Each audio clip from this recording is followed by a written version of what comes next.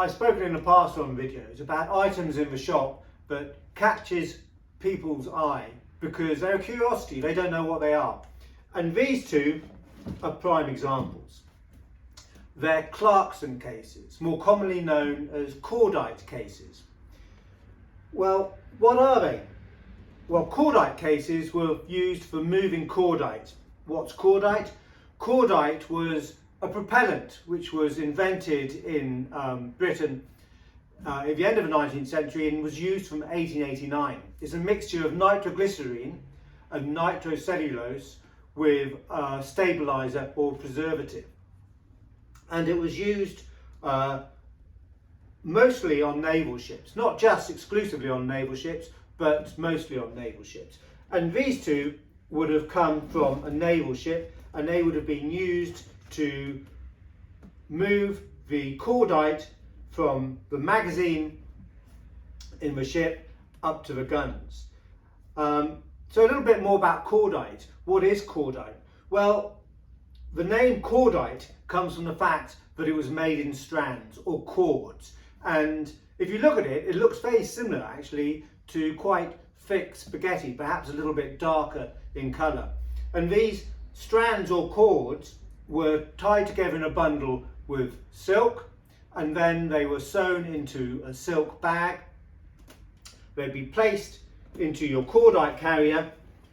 You would lift your cordite carrier and it would be taken up to the guns so that they could be loaded. So let's have a little bit of a closer look at it. Well, we can see it's made of leather, but it's leather on cork.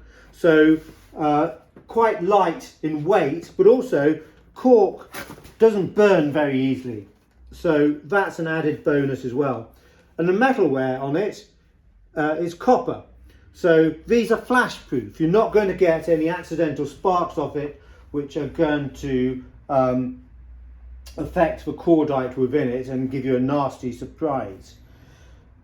The interior of Cordites or Clarksons are typically lined in canvas, as we can see there.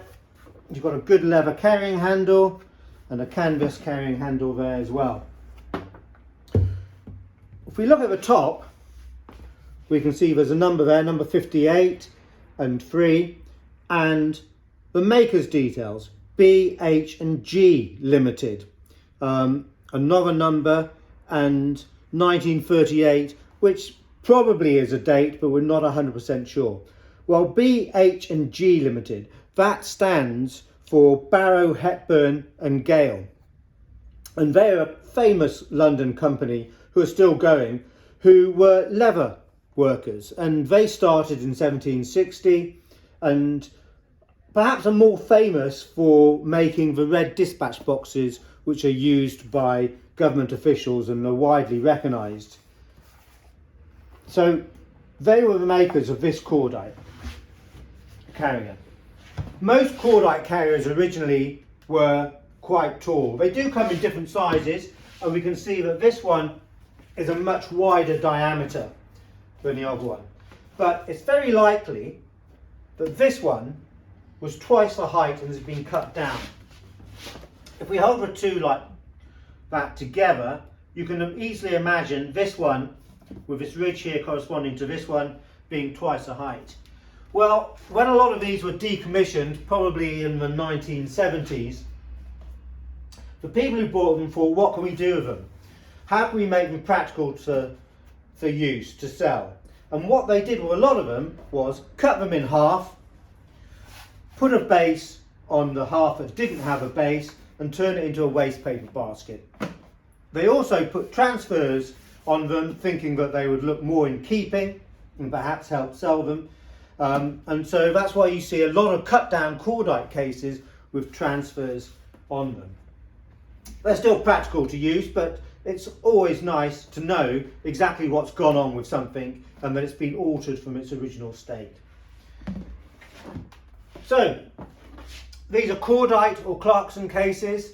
You know that they weren't made before 1889 because that's when they first started using cordite, but it was used well into the 20th century, and cordite was still used in the Second World War, so there's quite a wide range of dates on them. But they look fantastic, and of course the tall ones like this are very practical as umbrella stands or stick stands. The ones that have been cut down, very useful as waste paper baskets, or perhaps if they've got a tin liner in them, they might be used for coal, etc. So there you go, Cordite cases.